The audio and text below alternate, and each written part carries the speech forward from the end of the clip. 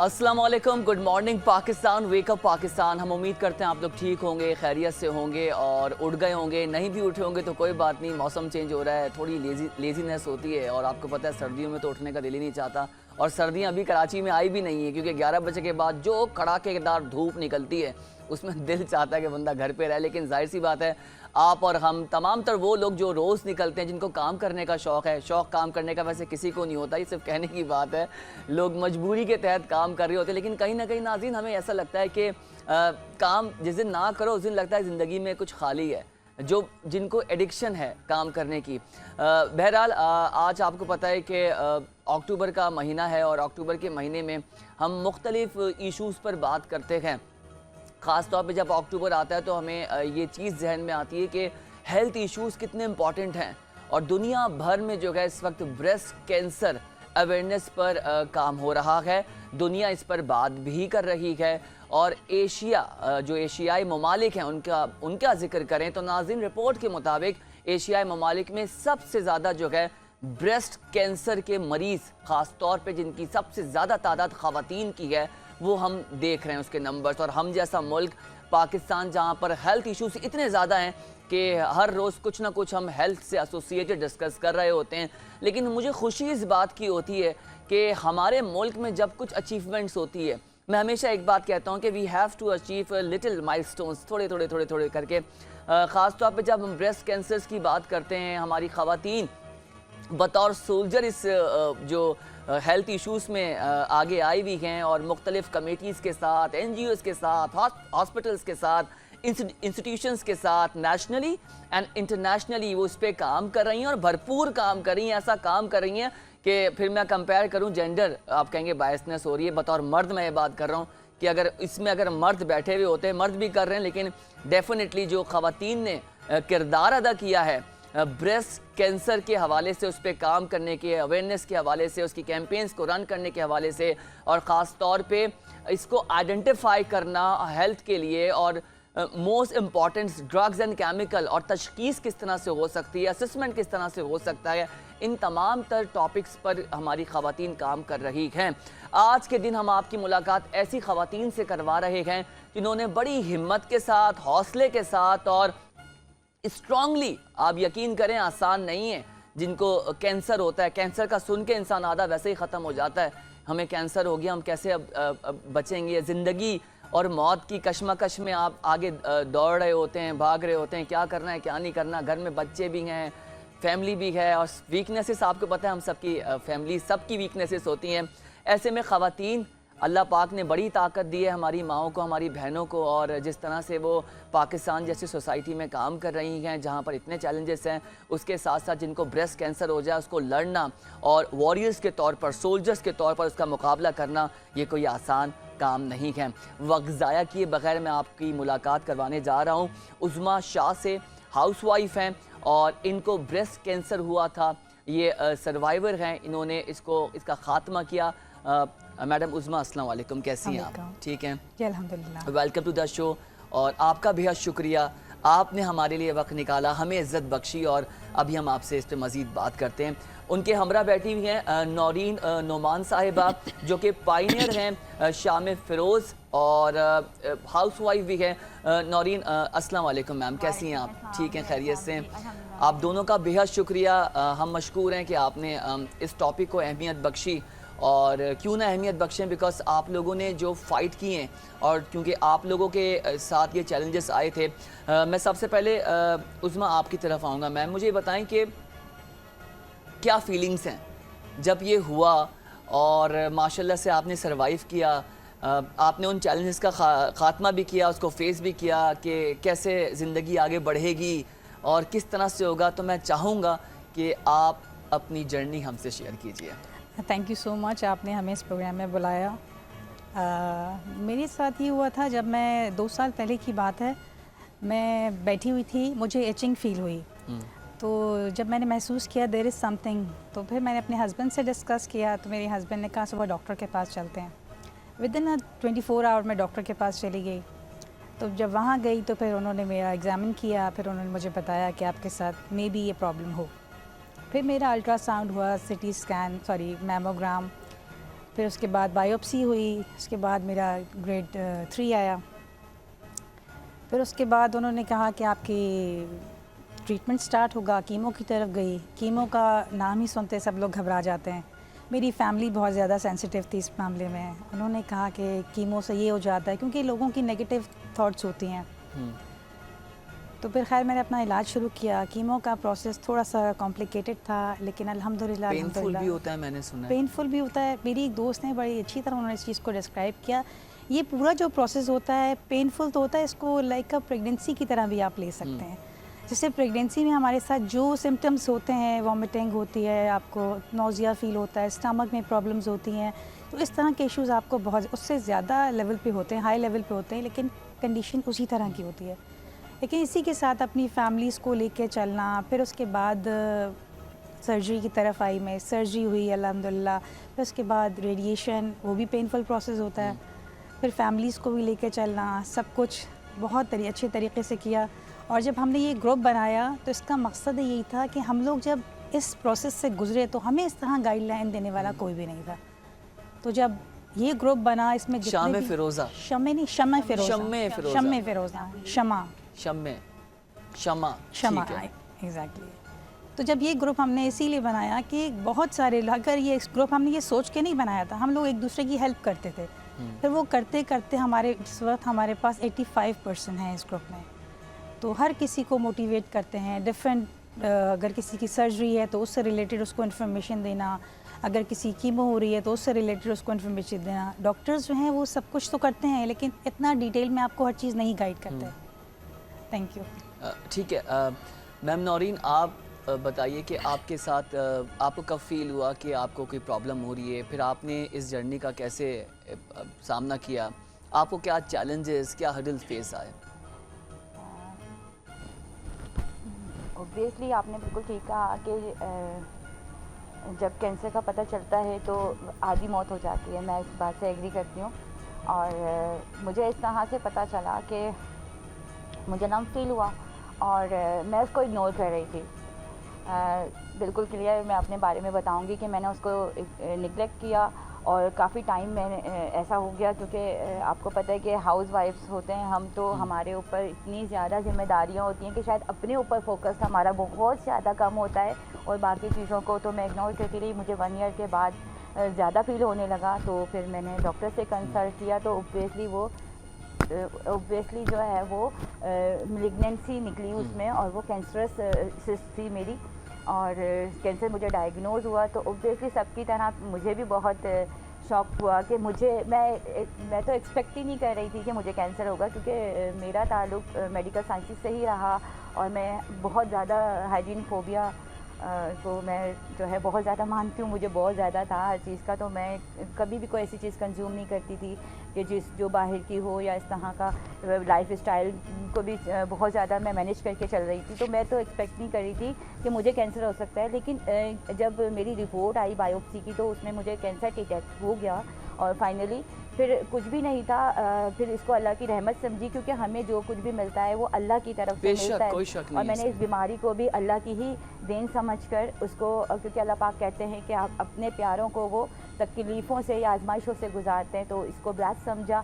फिर 1 मिनट के लिए फ़ील हुआ कि मुझे कैंसर हुआ। फिर दूसरे दिन फिर मुझे जब मैं अपने रिलैक्सिंग पीरियड में थी तो फिर मुझे फ़ील हुआ कि अब मेरे बच्चों का क्या होगा। फिर मुझे फिर वो वापस से वही बात अल्लाह पाक ने मेरे जहन में डाली कि अल्लाह ताला पालने वाला है, वही हमें क्रिएट करता है और वही हमारी लाइफ को सारी को सर्वाइव करता है और हमें सपोर्ट करता है। तो बस 2 दफ़ा ये मुझे फ़ील हुआ। उसके बाद मैंने अपना इलाज स्टार्ट किया और इलाज जो है बहुत ज़्यादा अच्छा हो रहा है पाकिस्तान में और ये क्योरेबल है। इससे कोई भी खातून अगर उनको डायग्नोज हो जाता है या वो वैसा फ़ील कर रही हैं और नहीं जा रही हैं कि डायग्नोज हो जाएगा, तो ये बहुत गलत चीज़ है।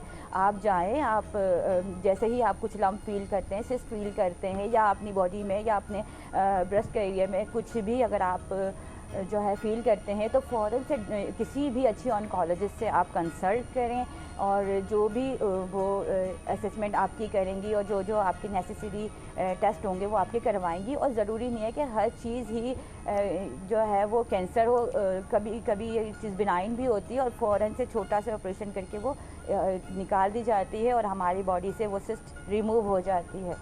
ठीक है, एक ब्रेक लेते हैं मैम। ब्रेक से जब वापस आएंगे तो मज़ीद बात करेंगे, लेकिन एक पॉइंट मैं ज़रूर उठाऊंगा कि जो घर की ख़वातीन हैं वो अपने आप को देखना क्यों छोड़ देती हैं। अभी आपने ख़ुद कहा कि हाउस वाइफ्स जो हैं वो छोड़ देती हैं, तो अब इस पर भी बात करेंगे कि घर का ख्याल रखना, बच्चों को लुक आफ्टर करना, हस्बैंड को देखना, पूरी फैमिलीज रन कर रहे होते हैं और अपनी हेल्थ का ख्याल नहीं है। नाज़रीन, एक ब्रेक लेंगे, ब्रेक से जब वापस आएंगे तो मज़ीद इश्यूज़ पर बात करेंगे। Stay with us.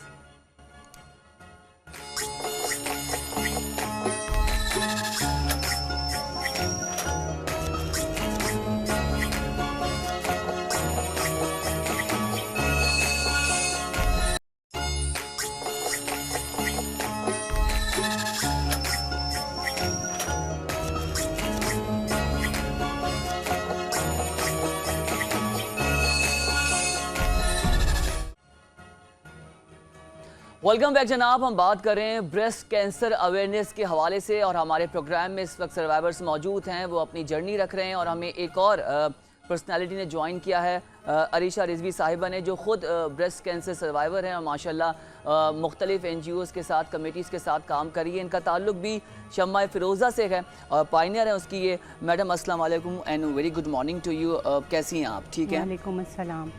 अल्हम्दुलिल्लाह, अल्लाह का शुक्र है, ठीक हूँ। सबसे पहले ये बताएं कि आप ठीक हैं, खैरियत से हैं? आपको कब ये फ़ील हुआ कि आपको कैंसर हुआ है? आपने कैसे असेसमेंट करवाई? क्या आज चैलेंजेस थे आपके साथ? थोड़ी सी जर्नी हमारे सामने रखिएगा अपनी। मुझे 2021 में डायग्नोज़ हुआ और ज़ाहिर है जब डायग्नोज़ होता है तो आप बहुत डर जाते हैं और फिर जो है हम इलाज की तरफ गए।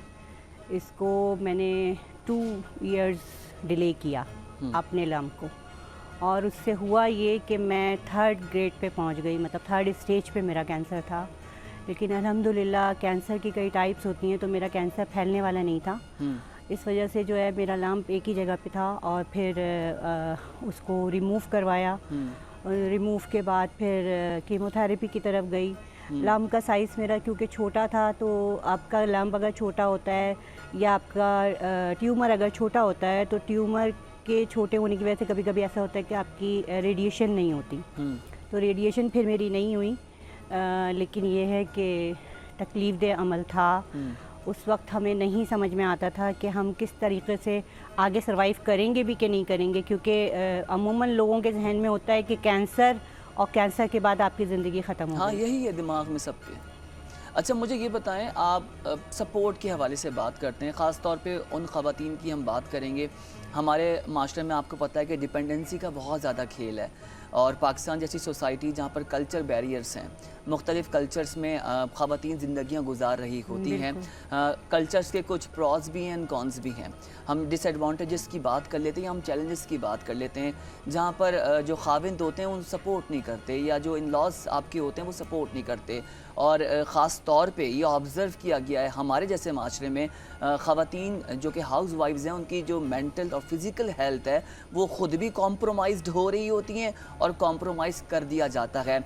As far as concern your case, आपकी सपोर्ट क्या थी? किसने आपको पुश किया कि नहीं आपको असेसमेंट करवानी चाहिए, आपको ये सब देखना चाहिए? फिर जो आगे की जर्नी है वो भी किस तरह से आपकी हुई है, वो ज़रा रखिएगा प्लीज़। मेरी बेटी ने मुझे बड़ा सपोर्ट किया इसमें और बातों बातों में एक ज़िक्र निकल आया कि मुझे ऐसा लम्प महसूस हो रहा है, तो मुझसे ज़्यादा वो सीरियस हो गई। उसने इतने डॉक्टर्स से जो है वो अपने दोस्तों से, डॉक्टर्स से उसने कंसल्ट किया। उसके बाद उसने मेरे पीछे लग गई कि नहीं आपने दिखाना है ये, और वाकई में वो डिसीजन उसका मेरे इतना काम आया कि मैं क्योर हो सकी। और अमूमन ख़वातीन में यही होता है कि वो इग्नोर कर देती है ना अपनी रोज़मर्रा की ज़िंदगी में, और अपनी लाइफ के इतने टफ़ टारगेट्स होते हैं कि उसके बाद उनको अपना ख्याल नहीं आता। तो हम मेरे साथ भी यही हुआ, लेकिन मेरी बेटी ने मुझे बहुत ज़्यादा, सबसे ज़्यादा मेरी बेटी ने इसमें सपोर्ट किया। फिर मेरे हस्बैंड ने बहुत सपोर्ट किया और आज भी मुझे बहुत सपोर्ट करते हैं। ऐसे थोड़ी कहा जाता है कि बेटियां रहमत होती हैं, तो बस अल्लाह ताला जब बहुत खुश होता है तो वो बेटियां घरों में देता है, विलादत होती है। मैम उज़्मा, मैं आपसे सवाल करूंगा कि ये बताएं कि आप लोग माशाल्लाह से अब एक कोलैबोरेटिव काम कर रहे हैं, आपने तंजीम भी बनाई है जिसका पर्पस है सोसाइटी में कंट्रीब्यूट करना, और आपके आने का मकसद भी आपकी ज़िंदगी का ये है कि लोगों को इस पे बात करना, अवेयरनेस देना। मेरा आपसे अब सवाल ये है कि आपने रिसर्च भी की होगी, देखा भी होगा, केसेस भी होंगे, किस एज की ख़वातीन को अमूमन ये ब्रेस्ट कैंसर की तशखीस हो जाती है या पता लग जाता है? और दूसरा एक अहम सवाल है कि मुझे एज भी बताइएगा ताकि हमारे नाज़रीन को भी पता लग सके। दूसरा कि शाइनेस थोड़ा सा होती है, हमारी ख़वातीन नहीं कर पाती, बस लेट इट बी, जाने दो, देख लेंगे, मेडिसिन खा लेंगे, पेन हो रहा है तो पेन किलर ले लेंगे। तो ये दो बातें मैं आपसे चाहूँगा कि इस पर आप मुझे रिस्पॉन्ड करें। आपने बिल्कुल सही कहा, क्योंकि शायद इस टॉपिक पे कोई बात करना ही नहीं चाहता। इवन कि अपनी फैमिली में फ़ीमेल भी एक दूसरे से इस टॉपिक पे बात करना मुनासिब नहीं समझती। तो यही चीज़ है हमारे ग्रुप की कि हम लोग एक दूसरे को और डिफरेंट स्कूल्स में जाके, कॉलेजेस में जाके, डिफरेंट प्लेटफॉर्म्स पे जाके यही अवेयरनेस देते हैं कि ये चीज़ नहीं होनी चाहिए। आप एक दूसरे से डिस्कस कीजिए कि ये चीज़ है, इसमें शाय होने की क्या बात है। बीमारी तो कोई भी बीमारी है ना, आप किसी भी बीमारी को इतना लाइट क्यों ले रहे हैं? आप जाइए अपने डॉक्टर को दिखाइए, डॉक्टर आपको जो रिकमेंड करता है उस हिसाब से अपना ट्रीटमेंट स्टार्ट कीजिए। और जहाँ फैमिली की बात आती है तो फैमिली में भी इसी तरह सपोर्ट करें एक दूसरे को। जैसे आपने हस्बैंड की बात की, हस्बैंड सपोर्टिव, सबसे मेन रोल ही हस्बैंड का होता है। मेरे केस में भी यही था। मेरे हस्बैंड, मैंने आपसे पहले कहा कि विदिन 24 आवर मेरे हस्बैंड मुझे हॉस्पिटल ले गए। मुझे जस्ट फील हुआ था तो वो उन्होंने मेरी सपोर्ट की तो मैं गई ना। अगर वो मेरे साथ सपोर्ट ना करते तो मैं कैसे जा सकती थी? इसी तरह ख़वातीन होती हैं, दिन भर के कामों में लगी रहती हैं, अपने आप को इग्नोर करती रहती हैं। सारा प्रॉब्लम ही यही है। अपने बच्चों को देखेंगी, अपने हस्बैंड को देखेंगे, अपनी फैमिली को देखेंगे, अपने आप को नेग्लेक्ट करती हैं। अच्छा, मुझे ये बताएं कि एज कौन सी होती है ख़वातीन को जहाँ पर हम ये ऑब्जर्व कर सकते हैं पाकिस्तान में कि उस एज में आ सकता है? पाकिस्तान में एज का कोई कुछ भी नहीं कह सकता। मैंने 18 ईयर्स में भी देखी है। अच्छा, 18 ईयर्स में मेरे सामने केस हुआ है। बड़ी एज में तो होता है, नॉर्मली होता था, लेकिन अब पाकिस्तान में ऐसे केसेस भी देखे गए हैं कि 18 ईयर्स, 19 ईयर्स, इस एज में भी आप तीन एजेस में एज लिमिट है। देखिए, दो टाइमिंग्स होते हैं। एक, जब आप की बच्ची को पीरियड्स स्टार्ट होते हैं, उस वक्त बहुत चांसेस होते हैं कि आपके कोई लाम कहीं या कोई ट्यूमर बनना शुरू हो जाए। एक तो वो एज होती है, वो ऑलमोस्ट जो है 13 ईयर से 13-14 साल के बाद से सिलसिला। उसके बाद जो दूसरी एज है वो आपके मोनोपॉज की एज है। उसमें ख़वातीन को ज़्यादातर देखा गया है कि डायग्नोज होता है वो 45 से लेके 50 के अंदर ज़्यादातर यही एज होती है। ठीक, अब 13 भी हो गई है, लेकिन आफ्टर पीरियड्स आपको चेकअप कराना चाहिए। एक अच्छी इन्फॉर्मेशन नाज़रीन दी है। अच्छा मैम नौरीन, आपसे मैं जानना चाहूँगा, एज तो बता दी कि कोई इसके लिए एज नहीं है, इसकी असेसमेंट का तरीक़ाकार बताइए। और हमारे मुल्क में हम देख रहे हैं कि बहुत एक्सपेंसिव है, ख़वातीन इसलिए भी अवॉइड कर देती हैं, हेल्थ इश्यूज़ का कबाड़ हुआ हुआ है हमारे। आप सोसाइटी में देख लें, सूबे में देख लें कि एक आम नज़ला खांसी भी अगर किसी को हो जाता है तो डॉक्टर के पास जाता है तो उसके इतने पैसे खर्च हो जाते हैं। अमूमन लोग इस चीज़ से अवॉइड करते हैं कि बस इसको देख लेंगे। मुझे ये बताएं कितना खर्चा आता है, किस स्टेज पे क्या खर्चा होता है, एक कॉस्ट के हवाले से बताएं। और अगर कोई अफोर्ड नहीं कर पा रहा, क्योंकि देखें ये एक ऐसी बीमारी है जिसमें बहुत पैसे लगते हैं, इस वक्त जो बुनियादी मसला वो है लोगों के लिए महंगाई। तो हमें ये सजेस्ट करें या बताएं लोगों को कि कौन से NGOs हैं या कौन से सरकारी अस्पताल हैं जहाँ पर ख़वातीन जाकर रुजू कर सकती हैं और कम से कम पैसों में अपना असेसमेंट या अपना इलाज करवा सकती हैं।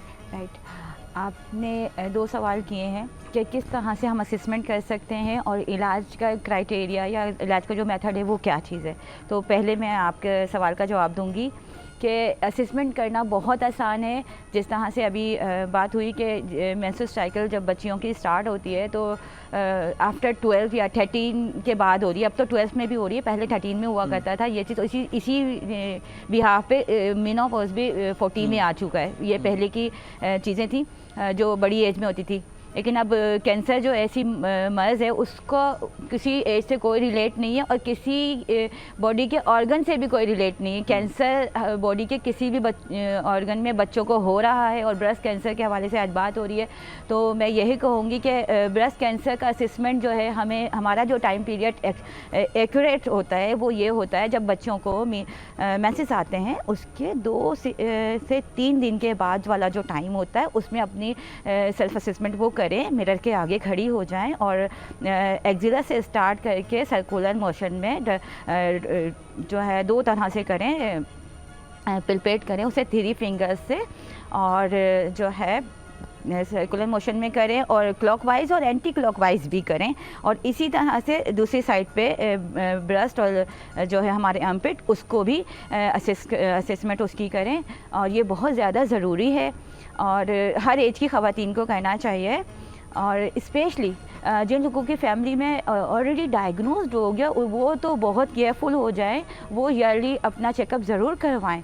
इसमें चेकअप में बहुत ही आसानी से होता है, वो पेनलेस होता है। रिकवरी बताएं मुझे, ड्यूरेशन कितना लगता है? अगर किसी को किस स्टेज का है तो उसको कितना लगेगा? 1 ईयर ब्रेक करके बताएं कि किस स्टेज में कितना ड्यूरेशन लग सकता है, सेकंड स्टेज पे कितना ड्यूरेशन लग सकता है, ये बताइएगा। देखिए, जब कैंसर डायग्नोज हो जाता है ना, आपकी एक रिपोर्ट होती है बायोप्सी जिसे कहा जाता है, आपका सैंपल लिया जाता है, कलेक्शन किया जाता है आपका जिस जगह पे लंप होता है और वहाँ पे उसको जो है लेबॉर्ट्री में उसका चेक होता है और वो आपको डायग्नोज हो जाता है कि आपको ये है। उसके बाद आपका इलाज शुरू होता है, उसमें आपको पता चलता है कि आपका कौन सा स्टेज है और ये बिल्कुल भी पेनफुल प्रोसेस नहीं है, ये बहुत ईजी है।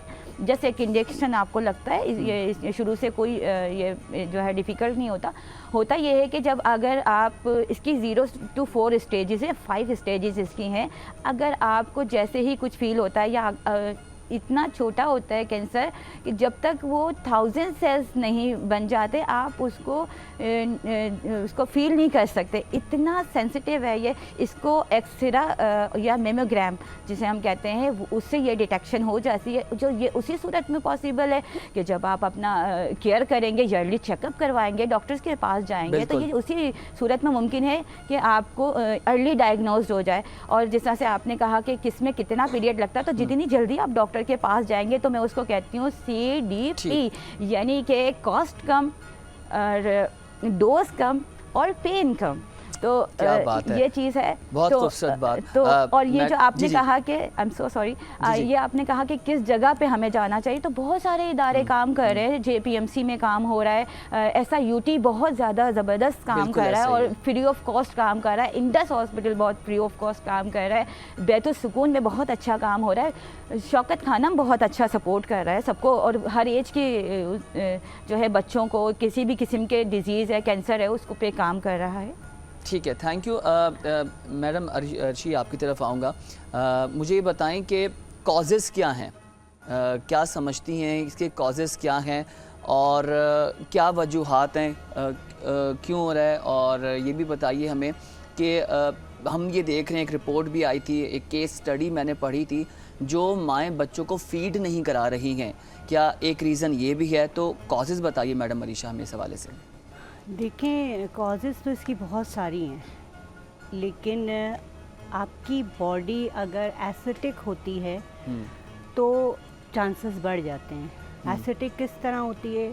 अब आपकी जो खुराक है जो आप ले रहे हैं, आप अगर बहुत ज़्यादा फास्ट फूड लेते हैं या बहुत ज़्यादा अल्कोहल लेते हैं या स्मोकिंग करते हैं या आपकी लाइफस्टाइल आपका इस तरह का है, सोने जागने का टाइमिंग्स आपके सही नहीं है, तो बॉडी के अंदर बैलेंस नहीं रहता, आपकी बॉडी एसिडिक होती है तो चांसेस बढ़ जाते हैं। एक तो कॉज ये हो गई। दूसरी वजह बहुत ज़्यादा ये है कि स्ट्रेस हर बीमारी के लिए स्ट्रेस इसकी बहुत बड़ी कॉज है कि स्ट्रेस की वजह से भी पाया गया है कि लोग इसका शिकार हो जाते हैं। और उसके अलावा जो है कॉजेज़ में आपकी घर में अगर किसी को पीछे आपकी जर्नी में किसी को कैंसर हुआ है, आपकी जीन में कैंसर है, किसी को किसी भी एरिया का कैंसर हो, किसी बॉडी में कहीं पे भी, अगर ब्रेस्ट कैंसर आपकी माँ को था तो बेटी में आने के चांसेस बहुत ज़्यादा होते हैं। आपकी नानी में है तो बेटी की जीन में आने के बहुत चांसेस होते हैं। और इसके अलावा बहुत सारी वजूहात ये एक ऐसा सेल होता है जो एक्टिव नहीं होता बॉडी में। ये किसके कब एक्टिव हो जाए और मल्टीपल सेल बनाने शुरू कर दे, ये कोई इसका आप रिसर्च तो बहुत होती है लेकिन इसका कोई भी एक रीज़न नहीं आया सामने। बहुत सारी कॉजेज़ हैं इसकी, किसी के साथ अलग अलग सिम्टम्स होती हैं, किसी के साथ अलग अलग कॉज होती है। लेकिन और दूसरा सवाल आपका क्या था? मेरा सवाल ये था कि जो माएँ बच्चों को दूध नहीं पिलाती हैं, हाँ, ये भी कहा जा रहा था, ये भी रिपोर्ट आई थी कि उन ख़वातीन में भी हम देख रहे होते हैं कि उनको ब्रेस्ट कैंसर के चांसेस ज़्यादा होते हैं। फीड ना कराने या फीड कराने से इसका ताल्लुक नहीं है। ओके। लेकिन अगर आप फीड आपका आ रहा है, एक कुदरती सिस्टम है कि फीड बन रहा है और आप फीड नहीं करा रहे, तो वो अंदर कुछ ना कुछ आपका कुदरती अमल है, उसको आप अगर रोकेंगे, यस, बहुत चांसेस होते हैं कि ये आपका जो है कोई ट्यूमर बन जाए। एक बात ये होती है। फिर सफाई का इससे बहुत ज़्यादा ताल्लुक है। जो माएँ फीड कराती हैं उनको अपनी बहुत ज़्यादा सफाई रखनी चाहिए। इसकी भी एक वजह होती है कि अंदर कोई इन्फेक्शन शुरू हो जाता है, उसको वो निगलेक्ट कर देती हैं और आगे जाके वो, क्योंकि ये बहुत जो है साइलेंट बीमारी है, ये जल्दी आपको नहीं पता चलता कि आप जो है कैंसर पेशेंट हो गई हैं या आपको जो है वो हो सकता है, आपका जहन भी नहीं जाता। तो माँओं को इस चीज़ का बहुत ख्याल रखना चाहिए कि वो फीड जो अल्लाह ताला ने कुदरती अमल रखा है करा सकती हैं तो बेशक वो ज़रूर कराएं, इसको जो है निगलेक्ट ना करें, और कराती हैं तो सफाई का अपने बहुत ख्याल रखें। बहुत खूबसूरत बात। मैडम नौरीन, आप क्या समझती हैं, कौन सी खुराक हम जो डेली बेसिस पर ले रहे होते हैं वो एक कहीं वजह तो नहीं बन रही कैंसर के इंक्रीज़ होने का, और ख़ास तौर पे जब जो कैंसर जिनको है, जिन ख़वातीन को है, उनको क्या खुराक लेनी चाहिए, क्या ड्रिंक्स लेने चाहिए, कौन से फ्रूट्स लेने चाहिए, कौन से वेजी लेने चाहिए? क्योंकि आप देखें कि अल्लाह ताला ने कुरान शरीफ में भी हर चीज़ का बताया हुआ है कि सारी जड़ी बूटियाँ हैं और फल हैं, सब्ज़ियाँ हैं, उसमें इस सब कुछ इतना ज़्यादा दिया हुआ है। अब तो साइंटिफिक चीज़ें प्रूव हो रही हैं, तो आप क्या एडवाइज़री जारी करेंगी, क्या एडवाइस करेंगी ख़वातीन को कि कौन कौन से फूड इनटेक ड्यूरिंग कैंसर ले सकते हैं, या आप समझती हैं कि कैंसर बढ़ने की वजूहात में इन फूड का कहीं ना कहीं इन्वॉल्वमेंट है इनके इनटेक की? जी मैम, जी आपसे, जी न्यूट्रिशन वैल्यूज़ इसमें ड्यूरिंग कीमो ऑल ओवर जितना भी आपका ट्रीटमेंट होता है उसमें कैरेट जूस का बहुत रोल है। कैरेट, एप्पल और बीट रूट, इन तीन का जूसेस आप लीजिए। और दूसरा ये कि आप स्टॉक्स का यूज़ कीजिए। आप सर फ्रूट्स की बात करें? जी फ्रूट्स की। हाँ, आप इन 3 फ्रूट्स को ज़्यादा से ज़्यादा अपनी डाइट में यूज़ कीजिए। और दूसरा ये कि दूसरा सवाल क्या था आपका? मेरा सवाल आपसे मैडम मुबस्समा ये था कि कौन कौन जो ख़वातीन जिनको ब्रेस्ट कैंसर है वो कौन सा फूड ले सकती हैं जिससे उनको सर्वाइव जिनको कर रही हैं, तो ताकि उससे ताल्लुक़ बेहतर हो सके या उनकी बीमारी में कुछ कमी आ सके। दूसरा, और कौन से जो फूड हैं या वेजीज़ हैं या खाने की चीज़ें जिसके कॉजेज़ ज़्यादा हैं, तो वो अवॉइड करने के हवाले से हमें ये भी बताएं कि ड्यूरिंग कैंसर ये नहीं ले सकते या खा सकते जिससे कैंसर होने के चांसेस होते हैं। ग्रीन वेजिटेबल्स का आप ज़्यादा से ज़्यादा यूज़ करें जिसमें आयरन हो। जिसमें आयरन हो, ठीक है। और दूसरा फ्रूट्स पे आप एप्पल, मैंने आपसे जैसे कहा, बीट रूट कहा, और बनाना का बहुत यूज़ करें, बोन्स के लिए बहुत अच्छा होता है क्योंकि इसमें आपकी बोन्स वीक हो जाती हैं। और अवॉइड करने का सबसे ज़रूरी चीज़ हर कैंसर पेशेंट के लिए ज़रूरी है कि हर खातून अपनी लाइफ में 5 बादाम शामिल कर लें, क्योंकि बादाम में B17 होता है जो कैंसर के जर्म्स को फैलने से रोकता है। देखें आप, ठीक है। इसको ड्राई फ्रूट में 2 चीज़ें, 1 अखरोट और 5 बादाम, इस तरह अपनी ज़िंदगी में शामिल कर लें। जिस तरह आप अपनी हांडी में नमक, मिर्च और हल्दी डालते हैं ना, इस तरह रोज़ाना लहसुन अदरक भी लाजमी डालते हैं। रोज़ाना आपने 1 अखरोट और 5 बादाम लेने, ये बहुत ज़रूरी है। क्या बात है। 3 था रात को सोने से पहले मैं 2 इंजीर, 5 बादाम और 5 खजूरें ये पानी में सोक कर देती थी। सुबह उसके ये नबीस है, सुबह उठ के इसको निहार मुँह पी लीजिए। इंजीर के तो वैसे ही फ़ायदे बहुत हैं। कुरान शरीफ में इसका जो कैंसर के दौरान आपको ट्रीटमेंट के दौरान जो सबसे ज़्यादा ज़रूरी चीज़ है ना, आप पानी का इंटेक बहुत बढ़ा दें।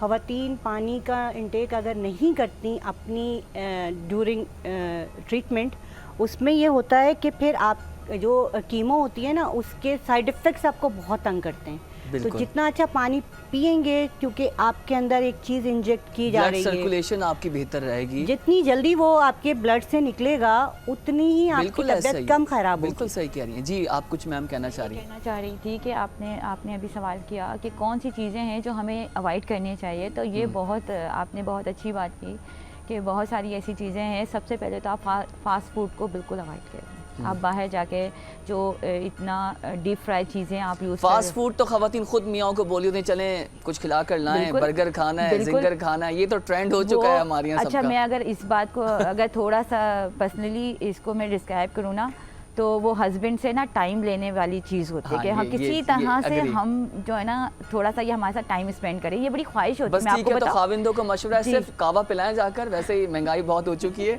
और फ्रूट्स खिलाएं और बस आ जाएं। आपने टाइम चाहिए ना, बस ठीक है। आपने ओके। बहुत अच्छी बात की। ग्रीन टीज़ और Yes. कहवे डिफरेंट कहवा होता है जो हाँ। बहुत ज़्यादा हमारे लिए बेनिफिट्स है उसके। और इसके अलावा जो है तमाम फ्रूट और तमाम सब्जियां आप खा सही। सकते हो, जो आपने इसको बनाने में यानी कुक करने में जिस चीज़ का ख्याल रखना है, तो उसमें अगर आप फैट्स जो क्वांटिटी है वो लेस कर दें, और चीनी यानी हमारे यहाँ शुगर का बड़ा वो है, जब तक मीठा अच्छा नहीं हो तो चाय शुगर तो तो आप वैसे भी आप मैडम तो लेनी कभी नहीं अच्छी चाहिए। चाय बनाती ही नहीं है। तो आप जो है शुगर अवॉइड करें, सॉल्ट अवॉइड करें, आप जो ऑयल होते हैं ये भी अवॉइड करें, और ब्राउन शुगर का इस्तेमाल आप कर सकते हैं। ब्राउन शुगर का इस्तेमाल आप मैं तो कर ये सकते हैं। सजेस्ट करता हूँ सबको कि शुगर लेनी नहीं चाहिए। वैसे फूड में आपको नेचुरल शुगर मिल रही है, आप वही लीजिए। गुड़ का इस्तेमाल, अगर बहुत एडिक्शन है तो गुड़, और हदीसें भी हैं गुड़ के हवाले से, तो हमारी सुन्नत भी है, और आप देखें कि ये सारे मामला हैं।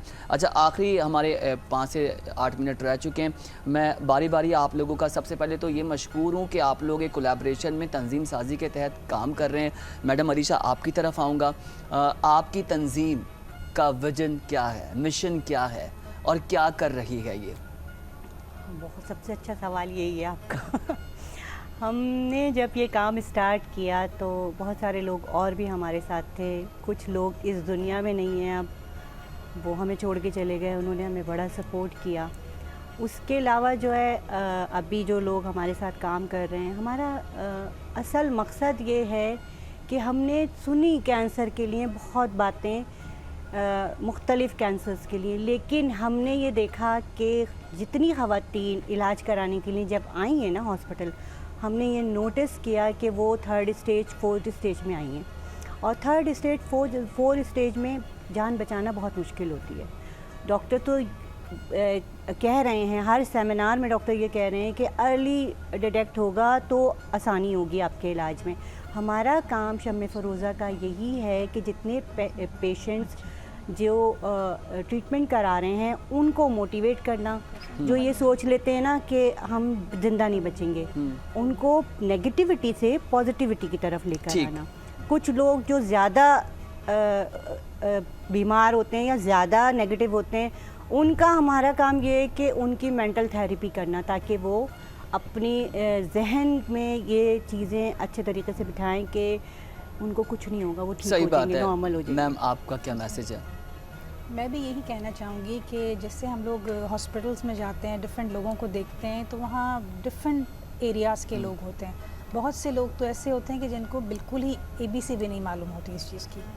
तो फिर हम उन लोगों के साथ बैठते हैं, उनके साथ डिस्कस करते हैं, उनको तो किसी भी चीज़ के उनको कितनी टीम मेंबर्स हैं आपके, और सिर्फ कराची में ही काम हो रहा है, पूरे पाकिस्तान में हो रहा है? हमारी हाँ, टीम पाकिस्तान में भी कराची- हमारी कराची टीम में में और सिंध में भी हैं। 85% है हमारी टीम, 85 प्लस है। माशाल्लाह। तो ये सब लोग जो है वॉलंटियर काम कर रहे हैं या, सारा? वॉलंटियर, कोई सपोर्ट नहीं है, कोई सपोर्ट किसी की तरफ से भी कोई नहीं है? सपोर्ट नहीं। हम अपने ऑन पे ही काम वो करते हैं और है खुद ही ना, खुद को ऊपर सपोर्ट बैठा यार, करते हैं। इतनी सपोर्ट अच्छी करने बात वाला। मैडम ने की। I think message of the day यही होना चाहिए, वो है ना सपोर्ट। कहते हैं उसी ना की तो लोग support कि है आपने बस। रजिस्टर करवाई, तो मैंने कहा बिल्कुल करवाइए, और बहुत बड़ी जगह करवाइए। बस ये इससे आगे अब कोई बात हो नहीं सकती। और माशाल्लाह मुझे ऐसा लगता है कि आप लोग सरवाइव करने के बाद ज़्यादा स्ट्रांग होकर आए। बिल्कुल बिल्कुल। ऐसा ही है? एग्जैक्टली। ठीक है मैम, आप बताएं तंजीम साजी के हवाले से। आप इस तंजीम में काम कर रही हैं, विजन मिशन की हमने बात कर ली। आने वाले 5-10 सालों में क्या हदफ है? कोशिश तो यही होनी चाहिए कि पेशेंट ही ना हो, ये हमारा मकसद होना चाहिए। आमीन आमीन आमीन आमीन सुमा आमीन कि हम अगले साल या 2 साल या 5 साल बाद शो कर रहे हो तो बोले हमने सक्सेसफुली जो है ख़ात्मा कर दिया है, ये वैक्सीन, ये मेडिकेशंस बन चुके हैं। तो बिल्कुल आपने लेकिन इसके लिए हमारी लाइफस्टाइल भी चेंज करनी पड़ेगी। बहुत अच्छी वो करेंगे ना। अभी मैडम ने कहा है कि उनको हस्बैंड्स का, तमाम खवातीन को टाइम चाहिए, थोड़ा जंक फूड focus तो वैसे चाहिए भी नहीं होता है। खाना चाहिए। बिल्कुल। मैम आप कुछ एडवाइस देना चाह रही जी, हैं? मैं इस चीज़ के लिए कहना चाहूँगी कि रिसेंट रिपोर्ट ये है कि इस चीज़ पे बहुत ज़्यादा काम हो रहा है, रिसर्चेस हो रही है, और मेरी दुआ है कि कोई ऐसा जो इसका फैक्टर है वो स्पेसिफिक वो सामने आ जाए, और ताकि हम जो है इसकी वैक्सीन और ये सारी चीज़ों पे जो है पाकिस्तान में भी काम होने लगे। और ये जो बीमारी बहुत तेज़ी से फैल रही है, इसका रेशो बहुत तेज़ी से फैल रहा है, 2 साल के अंदर अंदर 2% बढ़ जाता है, यानी कि 1 साल में 1% बढ़ रहा है और बहुत तेज़ी से फैल रहा है। और सिर्फ ब्रेस्ट कैंसर नहीं, एक बार फिर कहना चाहूँगी, कैंसर किसी भी ऑर्गन में हो रहा अच्छा है। मुझे इस बात पे ये बताएं कि दुनिया भर में हम देख रहे हैं ना, या सिर्फ एशिया जो ममालिक आ रहे हैं उनमें ये ज़्यादा तेज़ी से फैल रहा है? नहीं, सब जगह है, सब जगह है। यूरोप में भी है, यूरोप में पहले भी तो यूरोप में ही आया है ये। और क्योंकि हमारा तो दीन हमें बहुत ज़्यादा पाकीज़गी सिखाता है, बिल्कुल उसमें ऐसा ही है। हमारी तहारत और हमारी जो हमारा जो दीन है वो हमें बहुत ज़्यादा चीज़ें हमारी दीन से ही हमें सीखते हैं। और हम बहुत इस चीज़ में, बीमारियां हमारे यहाँ कम है। डिप्रेशन को तो हमारे यहाँ दीन में जो है ममानियत कहा जाता है, क्योंकि हर चीज़ अल्लाह की तरफ से आती है। मायूसी कुफ्र है। जी बिल्कुल। तो हम इस बात पे बात करेंगे कि जो है आने वाले दौर में इंशाल्लाह ये रेशो कम हो जाए तो ये बहुत अच्छी चीज़ होगी। और अगर बढ़ता है तो बस सबसे बेसिक चीज़ें यही हैं कि जिस तरह से मैंने पहले बताया कि आप अपनी स्क्रीनिंग पे थोड़ा फोकस्ड हों, अपने अंदर चेंज आप देख रही हैं, आप बहुत ज़्यादा टाइट फील कर रही हैं, बेड पे जा रही हैं टाइट फील कर रही हैं, फिर हम एक फ्रेश एनर्जी के साथ मॉर्निंग में उठते हैं तो वो आप फील नहीं कर रही हो। तो बिल्कुल सही कह रही हैं। प्रोग्राम का इख्तिताम ना मैं चंद अल्फाज से जी करूंगी। Please go ahead. हम शम्म फ़रोज़ा हैं, हम मोहब्बत के इस्तियारे, हम शम्म फ़रोज़ा हैं, हम मोहब्बत के इस्तियारे, डूबती सांसों में उम्मीदों के सितारे, हम शम्म फ़रोज़ा हैं, मोहब्बत के इस्तियारे। बहुत बहुत शुक्रिया आप तीनों का, चैनल 5 की तरफ से और मेरी तरफ से, मेरी पूरी टीम की तरफ से मैडम सल्यूट है आप लोगों को। आप लोग रोल मॉडल्स हैं और हमारी माएँ बहनें किसी से कम नहीं हैं। हमारी ये जिम्मेदारी है कि हमने अपनी माओं और बहनों को प्रोटेक्ट करना है उनकी हेल्थ के हवाले से। और मैं आप तीनों से मिलकर बहुत खुश हूँ। अल्लाह ताला आप लोग को और अच्छी सेहतमंद ज़िंदगी आगे अता फरमाए और आप इसी तरीके से पाकिस्तान के लिए काम करें, ख़वातीनों के लिए काम करें, हमारी सोसाइटी में कंट्रीब्यूट करें। Thank you so much. नाज़रीन, आई एम वेरी हैप्पी कि किस तरह से ख़वातीन जो है हर सेक्टर में अपने आप को मनवा रही हैं। और ये बड़ा चैलेंजिंग होता है, जिस पे गुजरती है वही जानता है। लेकिन एक बात मैंने कही थी कि ये स्ट्रॉन्ग हो गए, क्योंकि अल्लाह ताला की तरफ से आपको स्ट्रॉन्ग किया जाता है और चेंजेस होते हैं। वो चेंजेस थोड़े से तकलीफ ज़रूर होते हैं। वो कहते हैं कि अच्छा वक्त तो पता नहीं लगता, लेकिन बुरा वक्त बहुत देर से गुजरता है, लेकिन एक सुबह आती है। और मैडम अरीशा ने बड़ी प्यारी बात एंड में की। आप प्लीज़ अपना ख्याल रखें। मैं जो मर्द घर में काम करें उनको भी रिक्वेस्ट करूँगा, टैबूज़ तोड़ें प्लीज़। ये हम इस पर बात नहीं कर सकते, ये मसला है। नेचुरल चीज़ें हैं, अल्लाह की तरफ से दी हुई हैं, फितरती अमल है, उसके अगेंस्ट हम नहीं जा सकते। हमें ख़ुद को बदलने की ज़रूरत है। आई होप आज का प्रोग्राम आपको पसंद आया होगा। मुझे और मेरी प्रोडक्शन टीम को दीजिए इजाज़त। आपसे कल मुलाकात होगी। अल्लाह हाफिज़। पाकिस्तान जिंदाबाद।